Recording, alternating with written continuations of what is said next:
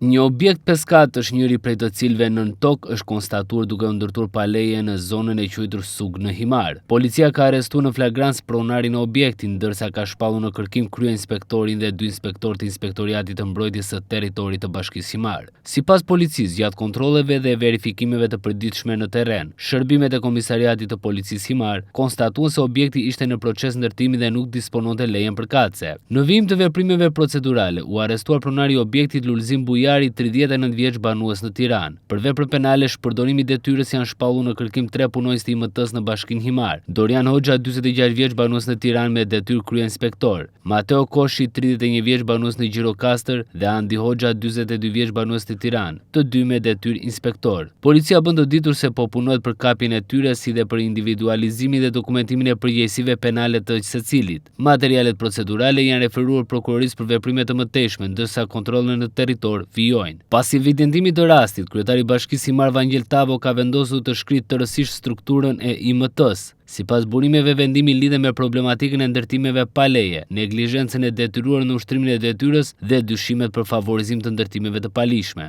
Bashkia e Himar pritet të riorganizojë kontrollin dhe inspektimin e territorit përmes ngritjes së një strukture të re që do të ketë përgjegjësi për evidentimin dhe parandalimin e ndërtimeve pa leje. Ky është rasti i dytë që Vangjel Tavo vendos shkrirjen e IMT-s së Himarës. Një vendim i ngjashëm ishte marrë edhe në datën 9 qershor 2025.